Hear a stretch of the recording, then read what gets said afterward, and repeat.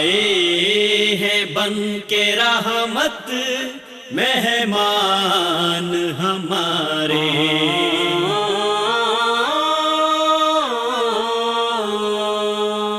بسم اللہ الرحمن الرحیم. السلام علیکم ورحمۃ اللہ وبرکاتہ. ناظرین، آپ دیکھ رہے ہیں پروگرام مہمان ہمارے، اور میں ہوں آپ کا میزبان بابر فاروق رحیمی. جیسا کہ آپ جانتے ہیں، ہم اپنے اس پروگرام میں آپ کی ملاقات ملک کے نامور علمی، ادبی، سیاسی، سماجی اور رفاہی شخصیات کے ساتھ کرواتے ہیں. آج کے ہمارے اس پروگرام میں ہمارے مہمان ہیں جناب حاجی عبدالرزاق صاحب، جو سابق ممبر صوبائی اسمبلی ہیں اور مرکزی جمعیت اہل حدیث پاکستان کے ناظم مالیات ہیں. الحمدللہ سیاست کے میدان میں، مذہب کے میدان میں اللہ نے ان کو بڑا نام دیا ہے. اس کے ساتھ ساتھ پاکستان کے اندر کوئی بھی فلاحی کام ہو، اس کے اندر ہر میدان میں اور ہر فورم پہ حاجی عبدالرزاق صاحب کی شخصیت نظر آتی ہے. چاہے آزاد کشمیر کا زلزلہ ہو، یا بلوچستان کا زلزلہ، یا پنجاب کے کسی بھی شہر میں سیلاب کی قدرتی آفت آ جائے، حاجی عبدالرزاق صاحب اپنا دن کا کام، رات کا سکون انسانیت کی خدمت میں قربان کر دیتے ہیں. آئیے آپ کو ملواتے ہیں جناب حاجی عبدالرزاق صاحب سے. بہت شکریہ جناب حاجی صاحب، آپ نے ہمارے پیغام ٹی وی کے ناظرین کے لیے وقت نکالا. سب سے پہلے ہم اپنے ناظرین کے لیے یہ جاننا چاہیں گے کہ آپ کا آبائی علاقہ کون سا ہے اور کہاں سے آپ نے بنیادی تعلیم حاصل کی؟ میری پیدائش تو ہے ضلع سیالکوٹ کے ایک گاؤں ہے، وہاں کی ہے، لیکن میں نے اپنا بچپن جو ہے وہ کاموں کی ضلع گوجرانوالا میں ایک بہت بڑا قصبہ ہے، تحصیل بھی اب ہو گئی ہے. جی وہاں میں نے ابتدائی تعلیم حاصل کی ہے اور وہیں میں نے ہوش سنبھالا ہے. حاجی صاحب، تھوڑا سا اپنا خاندانی پس منظر بھی ہمارے ساتھ شیئر کریں کہ ماشاءاللہ آپ خاندانی طور پر تاجر تھے آپ کے والدین، یا وہ دینی لگاؤ ان کا زیادہ تھا، دینی خدمات سر انجام دینے والے لوگ تھے؟ میرے والد صاحب اللہ تعالیٰ ان کو غنی کی رحمت کرے، بہت تاجر بھی تھے. انہوں نے کام بھی کیے اور دین کے معاملے میں انہوں نے اپنی زندگی کو وقف کیا ہوا تھا. وہ کہہ رہے ہیں میں نے اپنی جوانی دین کے اوپر قربان کی ہے. حاجی صاحب، آپ نے کہاں سے تعلیم حاصل کی؟ میں کرتی ہوں، میں نے پہلے کاموگی میں پرائمری تعلیم حاصل کی. ہائی تعلیم 8ویں جماعت میں امن آباد ایک اسلامی ہائی اسکول تھا، وہاں کے جو ہیڈ ماسٹر تھے بہت قابل آدمی تھے. ان کے آج بھی ان کی درسی کتابیں جو ہیں اسکول میں پڑھائی جاتی ہیں، اور بڑے نیک اور پرہیزگار آدمی تھے. وہ میرے والد صاحب کے ان سے تعلقات تھے، انہوں نے وہاں مجھے بھیج دیا کہ آپ وہاں تعلیم حاصل کریں. میں نے میٹرک وہ امن آباد اسلامی ہائی اسکول سے کیا، اور میں نے نمایاں فرسٹ ڈویژن میں فرسٹ ڈویژن میں میں نے میٹرک پاس کیا تھا. اور اس کے بعد میں باقی تعلیم میں نے لاہور میں حاصل کی ہے. اور یہاں ہم کاموگی میں ہم رہے، اس کے بعد 54 میں ہم لاہور شفٹ ہو گئے. 54 سے ہم لاہور ہی میں ہیں. حاجی صاحب، جس طرح آپ نے بتایا کہ آپ کے والد گرامی علماء کے ساتھ گہرا لگاؤ بھی رکھتے تھے، بڑی محبت اور عقیدت بھی تھی، پھر ان کے ساتھ وہ اکثر میل جول رہتا، تو بچپن میں آپ کی دینی تربیت کس طرح کی والدین نے؟ بس اس طرح کی کہ ہمارے گھر میں ایک دینی ماحول تھا. میں بچپن سے ہی اللہ تعالیٰ نے مجھے توفیق دی کہ میں مسجد سے لگاؤ رہا، اور میں بچپن سے ہی نماز پڑھنا شروع ہو گیا. آج تک اللہ کا شکر ہے کہ اللہ تعالیٰ نے مجھے اس میدان میں بالکل کامیاب و کامران رکھا ہے کہ میں سب سے زیادہ جس چیز کا خیال کرتا ہوں آج وہ نماز ہے. میں 5 وقت نماز باجماعت مسجد کے اندر پڑھتا ہوں. جی الحمدللہ. حاجی صاحب کو بچپن کا آپ کو کوئی ایسا واقعہ یاد ہے جو ناقابل فراموش ہو؟ قابل فراموش تو بہت سے واقعات ہیں، پر لیکن پاکستان کا بننا، جو پاکستان کو میں نے بنتے اپنی آنکھوں سے دیکھا ہے، یہ پاکستان کو میں نے اس وقت 11 سال میری عمر تھی، اور میں نے وہ سارے مناظر دیکھے ہیں. میں جو مہاجرین کی گاڑیاں آتی تھی اور ان کو ان کے لیے کھانے دانے کا بندوبست ہوتا تھا. یہ اللہ تعالیٰ میرے باپ کو گری کی رحمت کرے، وہ آپ خود کھانا پکوا کر وہاں لے جاتے تھے اور گاڑی میں ان کو تقسیم کرتے تھے. وہ منظر پھر ہم نے ایک بہت بڑا کاموگی میں ایک سٹور بنایا تھا. جتنی لوگوں کے وہاں جو ہندو لوگ چھوڑ کے چلے گئے تھے وہ چیزیں ہم وہاں جمع کی، اچھا وہ اس سٹور کے اندر. اور وہ جو مہاجرین آتے تھے پھر ہم ان کو تقسیم کرتے تھے، وہ چیزیں ان کو دیتے تھے. تقسیم ہند جس کو کہا جاتا ہے اور قیام پاکستان کے وقت جو ظلم و ستم ہوا تاریخ کے اندر ہے، تو کیا اس تناظر میں آپ سمجھتے ہیں کہ ابھی کچھ لوگ جو ہے وہ کہتے ہیں کہ ویزا پالیسی نہیں ہونی چاہیے، تجارت دونوں کی عام ہو اور بارڈر ان کے اوپن ہو جانے چاہیے؟ بات یہ ہے جی، تالی دونوں ہاتھوں سے بجتی ہے، ایک ہاتھ سے نہیں ہے. یہ تو اگر دونوں ملک چاہیں تو پھر تو فائدہ ہے. حاج صاحب ماشاءاللہ آپ کا بھی الحمدللہ مذہب کے ساتھ، دین کے ساتھ بڑا لگاؤ ہے، لیکن اس کے ساتھ ساتھ ایک آپ کامیاب تاجر ہیں. آپ نے ہمیشہ تجارت کی ہے اور اس تجارت کے میدان میں بھی اللہ نے آپ کو بڑی کامیابیاں دی ہیں. اس کا کیا راز ہے؟ میں نے زندگی میں دو چیزوں کا، جب بھی میں نے اپنا ہوش سنبھالی اور میں نے کاروبار شروع کیا، دیانت اور امانت اور محنت، یہ ان دو چیزوں کو میں نے پیش نظر رکھا. کہ میں جس زمانے میں ملازمت کرتا تھا، جی میرے عزیز تھے ان کے پاس میں ملازمت کرتا تھا، اور جب مہینے کے بعد میرا حساب ہوتا، تنخواہ ہوتی تھی، تو مجھے تنخواہ سے 10 20 25 روپے کم ہی ملتے تھے. مجھے کیوں؟ میں بھول جاتا تھا، لکھنا بھول جاتا تھا، اور وہ میرے نقصان ہوتا، مجھے غلطی پڑ جاتی. لیکن کبھی ایسا نہیں ہوا کہ میں نے فج کوئی 1 ٹکا یا آنا زیادہ لکھ دیا اپنی بچت کے لیے. یہ کبھی نہیں ہوا، ایسا نہیں ہوا. نقصان ہو گیا، ٹھیک ہو گیا، نقصان ہو گیا، میں نے اس کو برداشت کیا. حاج صاحب آپ کے والد محترم بڑے علماء کے ساتھ رہے ہیں، آپ کو کون کون سے اکابر علماء کے ساتھ کام کرنے کا موقع ملا ہے؟ مجھے تو جی علماء جو ہیں ہمارے، یہ اپنا پروفیسر ساجد میر صاحب، ان سے کافی موقع ملا ہے. ان سے پہلے ہمارے میاں فضل حق صاحب تھے، ان کے ساتھ کام کرنے کا بہت موقع ملا. اور انہوں نے، میں سمجھتا ہوں ان کو یہ ان کے دین کی خدمات کو نہ سرانا یہ زیادتی ہوگی. انہوں نے دین کے لیے بہت کام کیا، پیسہ بھی خرچ کیا اور وقت بھی خرچ کیا، دونوں چیزیں خرچ کی انہوں نے، میاں فضل حق صاحب نے. جی. اور اس کے بعد ماشاءاللہ پروفیسر ساجد میر صاحب نے، اور اب حافظ عبدالکریم صاحب نے بہت محنت کی اس کام کے لیے، اس سلسلے میں، اور اب بھی کر رہے ہیں. یہ جو اب ٹی وی کا سلسلہ، یہ میں سمجھتا ہوں یہ ان کا بہت بڑا کارنامہ ہے. اور یہ اس میں ان کو اللہ تعالیٰ کی خاص رحمت سے ان کو کامیابی نصیب ہوئی ہے. یہ کیونکہ یہ اتنا معمولی کام نہیں ہے، اس میں جتنے اخراجات اٹھ رہے ہیں وہ مجھے پتہ ہے. میں ناظم مالیات بھی ہوں، مجھے پتہ ہے کتنے اخراجات کس طرح پورے ہو رہے ہیں.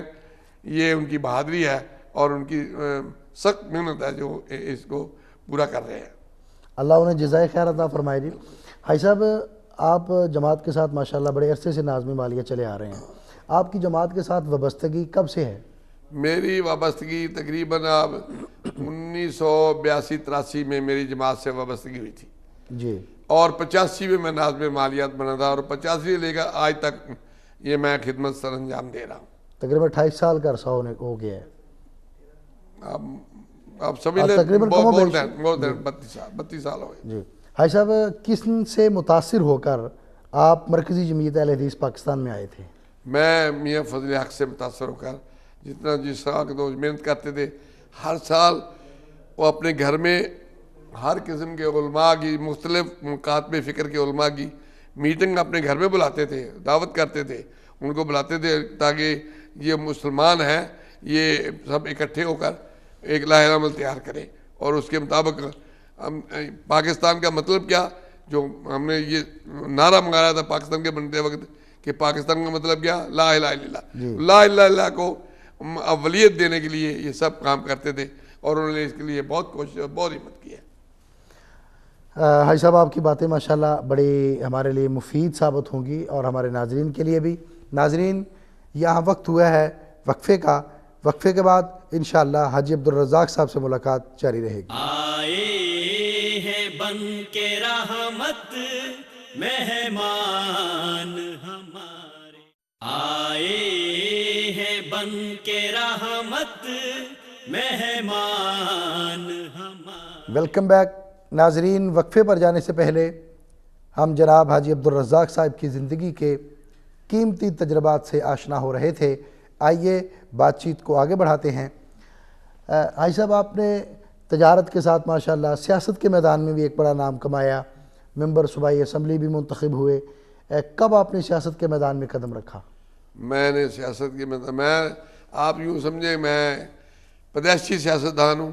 میرے والد سیاستدان تھے، انہوں نے بہت کام کیا۔ آج بھی کاموں کے اندر ایک اسٹریٹ کا نام ان کے نام پر اس وقت ہے، موجود ہے آج تک۔ حالانکہ ہم وہاں ہماری نہیں زیادہ دیر رہے، لیکن پھر بھی آج ان کی خدمات کے سلسلے میں انہوں نے وہاں ایک اسٹریٹ کا نام میرے والد صاحب کے نام پر رکھا ہوا ہے ماشاءاللہ۔ میں 1900 عملی طور پر میں 93 میں سیاست کے اندر آیا، اور میں نے پہلا الیکشن ایم پی اے کا لڑا، اور میرے خلاف وہ کیا نام ہے جہانگیر بدر صاحب اس وقت پیپل پارٹی کے پنجاب کے صدر تھے، ان سے میرا مقابلہ تھا آپ کا جی۔ اور انہوں نے بہت باتیں کی۔ میں اپنے دوستوں سے کہتا تھا، اپنے ووٹروں سے کہتا تھا آپ ایک دن صبر سے گزار لیں۔ وہ کہتا تھا جی کل کو میں نے چیف منسٹر بننا ہے، اپنے دعوے میں کہتا تھا، اور آپ نے لوگوں نے آپ نے میرے پاس آگے مجھ سے اپنے کام کروانے ہیں۔ میں نے کہا بھائی اب وہ جو ممبر بنے گا تو چیف منسٹر بنے گا، کہ بغیر ممبر کے چیف منسٹر بنے گا۔ جی جی ماشاءاللہ۔ حاجی صاحب جہانگیر بدر کو آپ نے الیکشن کے اندر شکست دی، اور یہ آپ کا پہلا الیکشن تھا، یہ تجربہ کیسا رہا آپ کو؟ تجربہ بالکل ٹھیک ٹھاک تھا۔ میرے پاس کوئی گارڈ نہیں تھا، کوئی گن مین نہیں تھا میرے پاس گاڑی میں، میں اکیلا ہوتا تھا، مجھے کوئی ڈر نہیں، کوئی خطرہ نہیں ہوتا تھا۔ میں نے ساری الیکشن لڑے اور بالکل ٹھیک ٹھاک اپنا میں نے وقت پورا اس کام میں صرف کیا، اور میں نے انجوائے بھی کیا۔ میں صرف یہ نہیں کہ میں رات بھر جاگتا رہتا تھا، میرا ایک وقت مقرر ہوتا تھا، میں جاتا تھا، آتا تھا، کام بھی کرتا تھا۔ الحمدللہ لوگوں نے میرے ساتھ بڑا تعاون کیا، اور مجھے اس بات کا فخر ہے کہ میں اللہ تعالیٰ نے مجھے کامیابی نصیب کی۔ اور جتنی اللہ نے آپ کو جو جتنا عرصہ دیا اس میں آپ نے بھرپور خدمت خلق کی، اور کیا آپ اس بات سے مطمئن ہیں؟ میں نے اپنے آپ کو وقف کیا ہوا تھا کہ میں اس کام کے لیے کہ میں نے یہ پسماندہ علاقہ ہے، اس کو ڈیولپ کرنا ہے، جس طریقہ بھی لوگوں کی خدمات کرنی ہے، لوگوں کی خدمت کرنی ہے۔ کوئی آدمی میرے پاس جس وقت بھی آیا میں نے اس کا میرا دروازہ کھلا رکھا تھا کہ بھئی آپ آئیں اور مجھے اپنی بتائیں تقریب میں، تاکہ میں آپ کا دور کروں۔ میرے پاس نہ صرف حالانکہ میں ایم پی اے لاہور سے تھا، مظفر گڑھ سے، ڈیرہ غازی خان سے، دور دور سے سرگودے اور کہاں سے لوگ آتے تھے کہ جناب یہ ہمارا مسئلہ ہے، یہ ہمارا حل کرو۔ ایک کوٹدو میں ایک آدمی تھا، ٹیچر تھا پتہ نہیں، اس نے مجھے چٹھی لکھی کہ جناب میری سوئی گیس نہیں لگتی، میری سوئی گیس لگوا دے۔ میں الحمدللہ اللہ کا شکر ہے کہ میں نے ملتان کے جو جنرل مینیجر تھا اس سے بات کر کے اس کی سوئی گیس لگوا دی۔ ماشاءاللہ، حالانکہ وہ کوٹ ادو میں رہنے والا تھا، کوٹ ادو میں رہنے والا تھا، آپ کا ووٹر بھی نہیں تھا، لیکن انسانیت کی ہمدردی کے ناطے آپ نے اس کے ساتھ اتنا بڑا تعاون کیا۔ حاجی صاحب کون کون سے ایسے بڑے سیاستدان ہیں جن کے ساتھ آپ کو کام کرنے کا موقع ملا؟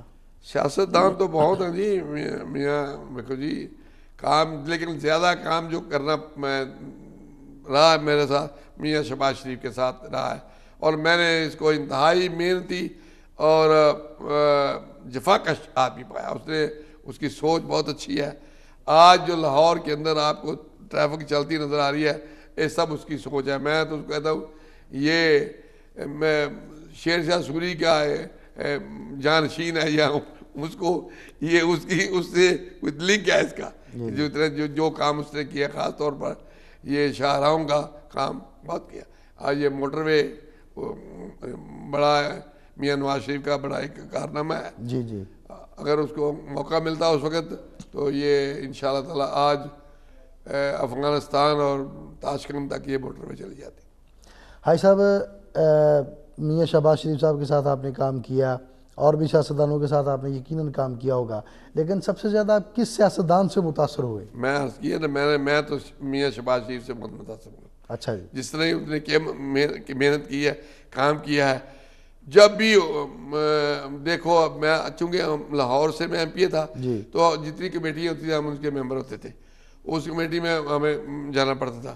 کبھی ایسا ہوتا, مجھے آپ اس سے اندازہ کریں کہ میں ایک دن مجھے DC صاحب سے کوئی کام تھا کہ میں ان کے پاس کسی کام کے لیے گیا تو وہ DC صاحب وہاں اپنے دفتر میں موجود تھے. میں نے ان سے سلام عرض کیا. وہ کہنے لگے, میں نے کہا آج معلوم ہوتا ہے کہ میاں شہباز شریف لاہور میں نہیں ہے. وہ یہ بات سن کے ہنسنے لگا. انہوں نے کہا آپ کی بات ٹھیک ہے, اگر وہ ہوتا تو ہمیں دفتر میں بیٹھنے کا موقع نہ ملتا. صحیح بات ہے. حاجی صاحب اس وقت جو ملکی سیاسی معاملات چل رہے ہیں, جو ملک کے حالات دیکھ رہے ہیں آپ, اور اس پر آپ ایک وسیع تجربہ بھی رکھتے ہیں, یہ پاکستان کے اندر بد امنی, دہشت گردی, ڈرون حملے, یہ کیا معاملہ تھا, یہ کب رکیں گے؟ بس یہ رکنے والی بات جو ہے یہ تو میں مجھے اندازہ نہیں کر سکتا جب تک کہ ساری, میں تو سمجھتا ہوں کہ ہماری پوری قوم کو بچے سے لے کر بوڑھے تک اس بات پہ احتجاج کرنا چاہیے کہ یہ ڈرون حملے جو ہیں یہ کوئی دنیا کا قانون اجازت نہیں دیتا کہ وہ کسی ملک, کسی آزاد ملک پر کوئی دوسرا ملک اپنی ڈرون قسم کے حملے کرے اور وہاں لوگوں کو بے گناہ, اگر ایک آدمی کسی کو مارنا 10 آدمی بے گناہ بھی ساتھ مرتے ہیں. یہ تو بالکل سراسر ناانصافی ہے, بین الاقوامی لحاظ سے بھی اور ہر لحاظ سے یہ ناانصافی ہے. اس کو فی الفور گورنمنٹ کو اپنی پوری توجہ اور میاں نواز شریف صاحب کو اس پہ لگانی چاہیے کہ ڈرون حملے جو ہیں یہ بالکل بند ہونے چاہیے. یہ ہماری, اور ان کی وجہ سے جو ہمارے دہشت گردی ہو رہی ہے, جب ان کا کسی کا آدمی مرتا ہے, بھائی مرتا ہے, باپ مرتا ہے, تو اس وہ ریونج میں آ کر وہ نہیں دیکھتا کہ میں کیا کر رہا ہوں, وہ فدائی بن جاتا ہے. وہ فدائی بن جاتا ہے. اور اس کو پھر فدا بنانے والے کو کہتے ہیں بھائی دیکھو یہ انہوں نے ہمارے اتنے بے گناہ ہمارے یہ بچے مر گئے, عورتیں مر گئی, آپ بھی ان کے مارے. وہ بجائے ان پر تو رسائی نہیں ہوتی, وہ اپنے لوگوں کو مارتے ہیں, حالانکہ بالکل غلط ہے. تو حاج صاحب اس کا کیا حل ہے, اس کو کس طرح روکا جا سکتا ہے؟ حل تو یہی ہے کہ ان کو ان سے بالکل صاف بات کی جائے کہ ہم آپ کی جنگ جو ہے آپ کے ساتھ ہم مل کر جنگ نہیں لڑ سکتے, ہم اپنے عوام کے خلاف کوئی اقدام کرنے کے لیے بالکل تیار نہیں ہے, نہ برداشت کر سکتے ہیں کہ ہمارا ایک بھی ہمارا پاکستانی بے گناہ مارا جائے. لیکن حاجی صاحب حکومتیں اتنا پیسہ لیتی ہیں امریکہ سے, کیا وہ یہ بات کر سکتی ہیں اس کے ساتھ؟ نہیں, یہ کوئی مسئلہ نہیں ہے. حکومتیں میں نہ بھی جو حکومتیں نہیں پیسہ لیتی وہ بھی تو دنیا میں زندہ ہیں. حکومتیں ایسی حکومتیں ہیں جو امریکہ سے پیسہ نہیں لیتی, وہ کیا حکومتیں نہیں ہیں وہاں لوگ کام نہیں کرتے, وہاں سب کچھ کرتے ہیں. لیکن پاکستان کے تو سبھی یہ تو بس یہی تو ہماری کمزوری ہیں جن سے وہ فائدہ اٹھاتا ہے. اگر یہ ہمارے اندر کمزوریاں نہ ہوتی تو وہ کبھی ایسا حرکت نہ کرتا. امریکہ ایران میں کیوں نہیں کر رہا؟ ایران وہاں پہ آنکھیں دکھا رہا ہے اس کو, کیوں نہیں ایران میں ایسی حرکتیں کرتا؟ وہ ان کو اندر ہی انٹر نہیں ہونے دیتے. اس کا مطلب یہ ہے کہ اگر ہمارے حکمران کشکول توڑ دے تو ہم اپنے مطالبات کو منوا بھی سکتے ہیں اور کسی اچھے فورم پر پیش بھی کر سکتے ہیں. بالکل ٹھیک ہے. حاجی صاحب آپ نے بیرون ملکوں کے ماشاءاللہ کافی دورے کیے ہیں, تو سب سے پہلے کب اور کس ملک کا آپ نے دورہ کیا؟ میں نے سب سے پہلے تو میں حج کے لیے گیا 71 میں. ماشاءاللہ. میں اور میری فیملی, میں نے سب سے پہلے میں نے جو سفر کیا بیرون ملک وہ حج کے گیا. ماشاءاللہ. حج کیا تھا. تو اس کے بعد اگلے سال 72 میں نے پورے یورپ کا دورہ کیا, صرف سٹڈی کرنے کے لیے کہ یہ آخر ہم کیوں کمزور ہیں اور ہم کیوں ان کی تقلید کر رہے ہیں, وہ کیوں ہم سے آگے ہیں, یہ سٹڈی کی وجہ کیا. میں نے پورے یورپ کا, انگلینڈ سے لے کر پورے بائی ٹرین یورپ پورا میں نے دورہ کیا. فرانس کا, اٹلی کا, سوئٹزرلینڈ کا, آسٹریا, جرمنی, ہالینڈ, بیلجیم, اس کے بعد پھر واپس آ کے پھر امریکہ بھی گیا, امریکہ سے پھر واپس آیا, سارا دورہ کیا. میں نے اس وقت جو حالات دیکھے مجھے بہت دکھ اور افسوس بھی ہوا اپنے حالات دیکھ کر کہ وہاں لوگ ملاوٹ نہیں کرتے, صحیح, جھوٹ نہیں بولتے, منافقت نہیں کرتے. اگر کوئی مزدور ہے تو وہ کہتا ہے جی میں مزدور ہوں, صحیح, I am a P M. یہ نہیں کہتا کہ میں ٹھیکیدار ہوں جی, میں فلاں افسر ہوں, جس طرح ہم کرتے ہیں. ہماری اگر کسی سے ملاقات پہلی دفعہ ملاقات ہو تو ہم یہ اس پر تاثر دینے کی کوشش کرتے ہیں کہ ہم کوئی شاہی خاندان سے ہمارا تعلق ہے, ہمارا کوئی بہت بڑے سے. ویسے آج کل ہمارے حالات ٹھیک نہیں ہے لیکن ہم ہیں بڑے فلاں کی سے ہمارا تعلق ہے, شاہی خاندان ہے ہمارا. یہ غلط بات ہے. آدمی کو یہی چاہیے کہ جو کچھ جو ہے وہ سب کو پتا ہو, تاکہ وہ اگلا اس سے جو توقع واسطہ رکھتا ہے وہ اس کو پتا ہو کہ یہ بھائی اس کی یہ حیثیت ہے. ایک آدمی ہمارے یہاں طریقہ کار یہ ہے کہ ایک آدمی کو پوچھتا, کوئی آدمی کسی کا ہمسایہ یا رشتے دار یا عزیز, بھائی تم کہاں کام کرتے ہو؟ جی میں ڈی سی آفس میں ہوں. بھائی ڈی سی آفس میں بہت سے لوگ ہیں, جی جی, تم کیا ہو بھائی, تم بتاؤ. میں پی این ہوں, میں کلرک ہوں, میں سپرنٹینڈنٹ ہوں, میں یہ ہوں, تاکہ وہ آپ سے کوئی یا ڈی سی لگے ہوئے ہو, جو بھی کچھ ہے وہ جو آپ اپنی وابستہ کرے کوئی چیز, اس کو پتا ہو بھائی یہ آدمی میرا کوئی کبھی مجھے ضرورت پڑے تو یہ میرا فلاں کام کر سکتا ہے, یہ کرا سکتا ہوں اس سے مل کر. تو اگر وہ آپ کہیں ہاں جی میں ٹیچر, تو پھر ہوتا گیا یوں ہوتا گیا. جب کبھی اس کو کام پڑتا ہے کوئی, وہ جاتا ہے اور وہ ڈھونڈ رہا ہے اور وہ چھپ رہا ہے, وہ ڈھونڈتا ہے کہ اس کو پتہ چل گیا کہ میں یہاں چپراسی ہوں یا کلرک ہوں, تو یہ میری بڑی بےزتی ہوگی. تو وہ اس طرح کی یہ منافقت جو ہے یہ میں نے نہیں دیکھی وہاں نہیں موجود, وہاں نہیں, بالکل. پھر ملاوٹ نہیں دیکھی وہاں. جو چیز جس کے اوپر بوتل کے اوپر جو کچھ لکھا ہے جس پہ وہ وہی اندر کے اندر وہی چیز ہے. یہ نہیں ہے کہ ہمارے یہاں اللہ دوائیوں میں بھی ملاوٹ ہے اور دودھ میں بھی ملاوٹ اور دنیا. اور آپ دیکھیں کتنی شرمناک بات ہے کہ ایک معمولی بات ہے, ہمارے یہاں ہلدی ہوتی ہے, جی جی, اس کی وہ اگر ثابت لیں ہلدی تو وہ 100 روپے کلو, اور اگر پیسی ہوئی لے تو وہ 80 روپے کلو. اب بتائے بھائی, اس کو بجلی خرچ ہوئی ہے, اس پر محنت لگی ہے, وہ یہ کیا کوئی پتہ سوچتا ہی نہیں بات کو کہ یہ کیسے بک رہی ہے. کہ وہ تو جو جس کے اندر بنانا ہے, جس کو مشین کے اندر پیسنا ہے, اس میں ضائع بھی ہونی ہے, کم بھی ہونی ہے, محنت بھی ہے, لیبر بھی ہے, وہ تو مہنگی ہے اور پیسی ہوئی سستی ہے. یہ کیا ماجرا ہے, یہ کوئی آدمی سوچتا نہیں ہمارے یہاں. ناظرین, حاجی عبدالرزاق صاحب اپنی زندگی کے قیمتی تجربات ہمارے ساتھ شیئر کر رہے تھے. باقی باتیں کریں گے وقفے کے بعد. آئے ہیں بن کے رحمت مہمان ہمارے, آئے ہیں بن کے رحمت مہمان ہمارے. Welcome back. ناظرین, وقفے پر جانے سے پہلے پاکستان کی ایک معروف سیاسی, سماجی اور مذہبی شخصیت کے ساتھ ہم آپ کی ملاقات کروا رہے تھے. آئیے اس ملاقات کو آگے بڑھاتے ہیں. حاجی صاحب, جیسا کہ آپ نے بتایا کہ آپ نے یورپ ممالک کا وزٹ کیا, ٹرین پہ پورے یورپ کو دیکھا, کیا وجہ ہے وہاں کے لوگ اسلام کی طرف آ رہے ہیں اور پاکستان کے یا مسلم ممالک کے لوگ جو ہے وہ ان کے اندر ذرا اسلام کم ہوتا جا رہا ہے؟ اس کی وجہ یہ ہے جی کہ وہ قرآن پڑھتے ہیں اور اس کا مطلب سمجھتے ہیں, اور انہوں نے عمل کر کے دیکھ لیا ہے کہ یہ چیزیں ہمیں فائدہ ہے. آپ آج بھی میں کہتا ہوں کوئی ہمیں چاہیے پاکستان میں جو ہمارے لیڈر ہیں, ایک گروپ نوجوانوں کا تیار کریں جنہیں اسلامی تعلیمات ایم ڈی کریں اسلامیات میں, اور جس ملک میں بھیجنا ہے وہاں کی لینگویج میں کریں, اور جا کر بتائیں. آپ اس کے دیکھیں گے کہ نتائج حیرت انگیز نتائج ہوں گے. ان بیچاروں کو تو پتہ ہی نہیں ہے کہ وہ تو جانتے ہیں دنیا میں جو کچھ ہے آج ہم کھایا پیا اور مر گئے جانوروں کی طرح. ان کے لیے کوئی تصور ہی نہیں ہے کہ ہمیں اب مرنا ہے اور بعد میں زندہ ہو کر خدا کے سامنے پیش ہونا ہے. یہ ان کے نزدیک تو کوئی تصور ہی نہیں ہے.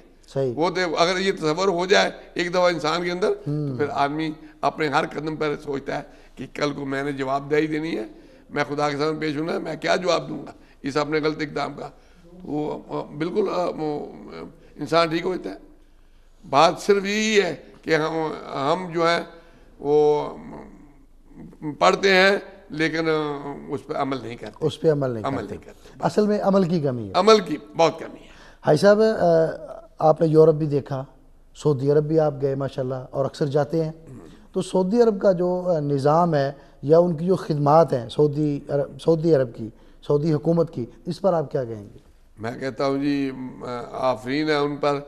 وہ انہوں نے ایک مشن کے طور پر وہ اسلام کی خدمت کر رہے ہیں. چاہے وہ بادشاہ ہے, کوئی بادشاہ ہونا کوئی عیب نہیں ہے. صحیح. بات یہ ہے کہ لوگوں کو کس بات سے فائدہ ہو رہا ہے, بے شک, ان کی عوام کو کیا فائدہ ہو رہا ہے. وہاں کوئی آدمی رات کو بھوکا نہیں سوتا, کوئی آدمی وہاں بازار میں نہیں سوتا, ہر آدمی اپنے گھر میں رہتا ہے. اور اس کو وہ جب بھی چاہے اس کو حکومت کے اندر ایسے ادارے ہیں, حکومت خود غریب آدمی اگر کوئی چاہے اس کی مدد کرتے ہیں. وہاں قانون سخت ہے, کسی کا لحاظ نہیں کرتا. وہ جب سپاہی کسی کو پکڑتا ہے تو یہ نہیں پوچھتا کہ تمہارا خاندان تم کس قبیلے سے تعلق رکھتے ہو. وہ کہتا ہے جرم کیا ہے اندر چلے جاؤ, جیل میں بند کر دیتے ہیں. وہ چاہے شہزادہ ہو, چاہے کوئی بیوکریٹ ہو, چاہے کوئی تاجر ہو, چاہے مزدور ہو. بھائی قانون انصاف ہے اور قانون کی حکمرانی ہے, یہ سب سے بڑی بات ہے. اور اسلامی سزائیں ہیں, اور وہ وہاں دنیا میں سب سے کم جرائم سعودی عرب میں ہوتے ہیں. یہ اس کی نشانی ہے اسلامی سزا ہونے کی وجہ سے. بے شک, اس میں کوئی شک نہیں. تو کیا ہمیں بھی یا ہمارے جو دیگر اسلامی ممالک ہیں ان کو بھی سعودی نظام کو فالو کرنا چاہیے؟ بالکل کرنا چاہیے. میں کہتا ہوں آپ دیکھیں جتنا بڑا حج کے اجتماع ہوتا ہے, جی جی, لاکھوں 24 لاکھ 30 لاکھ لوگ اکٹھے ہوتے ہیں. آپ دنیا کے کسی ملک میں آدمی اکٹھے کر دیں, وہاں دیکھیں ایک دن میں کتنے جرم ہوتے ہیں, کتنی عورتیں اغوا ہوتی ہیں, کتنے لوگوں کو قتل ہوتا ہے, کتنا کیا کچھ ہوتا ہے, لیکن وہاں کچھ بھی نہیں ہوتا. اللہ کا شکر ہے. یہ صرف دین میں اسلام کی وجہ سے ہے اور اسلام پر عمل کرانے کی وجہ سے ہے کہ وہاں کوئی امن و چین سے سب لوگ اپنا اپنا کام کرتے ہیں, وہ نگرانی کرتے ہیں, کوئی مسئلہ پیدا نہیں ہوتا, کوئی چیزیں مہنگی نہیں ہوتی. ہم نے دیکھا کہ آپ مدت دراز تک اب تھوڑی جب مہنگائی ہے, ورنہ یہ کئی سال تک آدھے ریال کی بوتل دی, پیپسی اور ٹیم کی بوتل جو ہے یہ آدھے ریال کی کئی سال تک بہ رہی ہے. ہمارے ہاں جو روز قیمتیں بدلتی ہیں, وہاں ایسا نہیں ہوتا, کوئی غلط کام نہیں کرتا. حاجی صاحب اس وقت جو ہمارا موجودہ معاشرہ ہے خصوصاً پاکستان کے اندر ایک بڑا المیہ ہے ہمارے لیے کہ جو نئی نسل ہے یہ بے راہ روی کا بہت زیادہ شکار ہو رہی ہے, منشیات کی طرف نوجوان نسل جا رہی ہے. والدین کو کس طرح اپنے بچوں کی تربیت کا خیال کرنا چاہیے؟ والدین جب خود تربیت یافتہ نہیں ہوں گے تو وہ بچوں کی تربیت کیا کریں گے؟ ہمارے ہاں سب سے 2 طبقے جو ہیں یہ اس بات کے ذمہ دار ہیں, ہمارے سیاسی لیڈر اور ہمارے اساتذہ. ان کو یہ ہمارا پس منظر جو ہے وہ بیان نہیں کرتے کہ ہم نے پاکستان کو کس طرح حاصل کیا ہے, کتنی قربانیاں دی ہیں پاکستان کے لیے اور کس مقصد کے لیے حاصل کیا تھا. وہ پس پشت پر چلا گیا. وہ مقصد, وہ قربانیاں سب آپ لوگ سمجھتے ہیں کہ بس اپنا یہ دنیا میں وہی جو یورپین یا غیر اسلامی ممالک کے لوگ کرتے ہیں, انہوں نے یہی سمجھ لیا کہ ہم دنیا میں جینا ہے, مرنا بس اس کے بعد ختم ہے. ان کو وہ جواب داری, اصل جب تک انسان کے ذہن کے اندر جواب داری نہ ہو, کا احساس نہ ہو, وہ کام ٹھیک نہیں کرتا. جب پتا ہو کل کو آج شام میں جو کچھ کر رہا ہوں مجھے رات کو پوچھا جائے گا بھائی تم نے کیا کیا ہے. بے شک. جب اس کو احساس پوچھنے کا کوئی احساس ہی نہ ہو تو وہ کیا کرتا ہے, کچھ بھی نہیں کرتا, جو مرضی اس کی کرتا ہے. بات یہ ہے کہ ہمیں ہمارے اساتذہ کو چاہیے اور ہمارے لیڈروں کو چاہیے کہ ہمیں اپنا پس منظر بتائیں کہ پاکستان کسی نے تھالی میں رکھ کر یہ ہمیں تحفہ نہیں دیا تھا. یہ ہم نے لاکھوں کروڑوں اپنی ماؤں بہنوں کی عزتوں کی قربانی سے یہ حاصل آ گئی. ہم نے اپنی عزت آبرو گوا کر یہ ملک حاصل کیا ہے. وہ عزتوں کی پامالی, وہ قتل و غارت, وہ خون اور تڑپتی ہوئی لاشیں, یہ تو ایسا آپ نے اپنی آنکھوں سے مناظر دیکھے ہیں, اس لیے آپ کے دل کے اندر ایک درد ہے, ایک تڑپ ہے. تو موجودہ دور میں والدین کس طرح کر سکتے ہیں؟ کیا کوئی نصاب تعلیم کے اندر, آپ دیکھیں نصاب تعلیم سے یہ چیزیں نکالی جا رہی ہیں, نظریہ پاکستان کو نصاب تعلیم سے حذف کیا جا رہا ہے, اور جو پاکستان کے جو اسلامی ہیروز ہیں ان کو نصاب تعلیم سے نکالا جا رہا ہے. میں عرض کرتا ہوں جی, میں آپ کو تجربے کی بات بتاؤں, میں کالج میں پڑھتا تھا جن زمان میں, اس زمانے میں کالج میں لڑکے جو پڑھتے تھے ان کو الحمد شریف نہیں آتی تھی, کلمہ نہیں آتا تھا. میں حیران ہوتا تھا کہ یہ کیسے مسلمان ہیں. صحیح. کہ جن کو یہ عالم شریف نہیں آتی کوئی ایک میں حیران ہوں کہ ایک آدمی یہاں مجھے اب اس کا نام بھول گیا ہے، لیفٹیننٹ کرنل تھا، سیکنڈ لیفٹیننٹ کے ایگزامینیشن ہوتے ہیں اور انٹرویو لیتا ہے، وہاں ایک لیفٹیننٹ کرنل تھا، اللہ تعالیٰ نے اس کے دل میں بات کی، جب وہ لڑکا آتا تھا تو وہ اس کے پوچھتا تھا، عالم شریف پوچھتا تھا، دعائے قنوت سناؤ تو میں سورۃ قل هو اللہ سناؤ، سورۃ فلق فلق ناس فلاں سورت سنتا تھا۔ ایک بریگیڈیئر حضرت بریگیڈیئر کا بیٹا آ گیا، اس نے اس کو پوچھا بھی یہ بتاؤ، اسے نہیں آیا، اس نے ریجیکٹ کر دیا۔ اس نے اپنے باپ کو بتایا کہ اس نے مجھ سے یہ پوچھا تھا اور وہ مجھے نہیں آتا۔ وہ اس کا باپ اگلے دن اس کے پاس آیا، اس نے کہا بھائی میں نے اپنے بیٹے کو کسی مسجد کا مولوی نہیں بنانا تھا، میں نے اس کو پاکستان کی آرمی کا افسر بنانا تھا، اس لیے بھیجا تھا۔ اس نے وہ جواب دیا اس آدمی شخص نے، میں جانے والا تھا، میرا دوست تھا، وہ کہتا ہے وہ سنہری روپ میں لکھے ہیں، وہ کہتا ہے میں یہ دیکھنا چاہتا ہوں کہ پاکستان کا جو افسر بن رہا ہے مسلمان بھی ہے کہ نہیں ہے۔ بے شک بڑی بات کہی اس نے، وہ مسلمان بھی ہے کہ نہیں ہے، بات یہ ہے، یہی المیہ ہے۔ بس یہ المیہ ہے کہ ہم اس مادی دیکھیں، ہماری دو لائنیں چل رہی ہیں، جس طرح ریل کی دو پٹری ہیں، اس طرح ہمارا معاشرہ دو پٹریوں میں چل رہا ہے۔ جو ایجوکیشن میں جا رہے ہیں ان کو دین کا کچھ پتہ نہیں ہے، جو دیندار ہیں ان کو ایجوکیشن کو پتہ نہیں۔ یہ دونوں پٹریاں ملنی چاہیے، ایک ڈاکٹر ہو تو مسلمان بھی ہو، انجینئر ہو مسلمان بھی ہو، ایک دکاندار ہو مسلمان بھی ہو، صحیح بات، یہ ہونا چاہیے، تب بات بنتی ہے۔ اور ایک ہی طرف ہوتا ہے، ہر آدمی دکاندار کہتا ہے جی چلو اب جہاں میں نے دیکھا وہاں یورپ میں کرسمس آتی ہے یا کوئی اور ڈے آتا ہے تو چیزوں کو سستا کر دیتے ہیں، رعایت کرتے ہیں، لوگوں کے ساتھ شفقت کرتے ہیں۔ یہاں ہمارے یہاں جب کوئی رمضان آتا ہے کوئی اور مہنگائی ہوتی ہے، مہنگی چیز کرتے ہیں، لوگوں نے لینی ہے، ضروری لینی ہے، مجبوری ہے۔ یہ بتائیے کتنا سوچ میں فرق ہے ہمارے۔ ہم مسلمان ہیں، ہمیں ڈر ہے کہ ہمیں مرنا ہے، خدا کے سامنے پیش ہونا ہے اور جواب داری لینا ہے، اس کے باوجود ہم یہ عرض نہیں کر رہے ہیں۔ حاجی صاحب یقیناً آپ کی باتیں نہایت قیمتی بھی ہیں اور نصیحت آموز بھی ہیں، لیکن ناظرین ہمارے پروگرام کا وقت بہت حاجی صاحب کی زندگی کے تجربات کے مقابلے میں کم ہے، اجازت دیجیے، اللہ حافظ۔ موسم لگے سہانا، کلیوں کا کھلکھلانا، بلبل کا چہچہانا، خوشیوں کے گیت گانا، آنگن میں جیسے اترے ہیں چاند ستارے، آئے ہیں بن کے رحمت مہمان ہمارے۔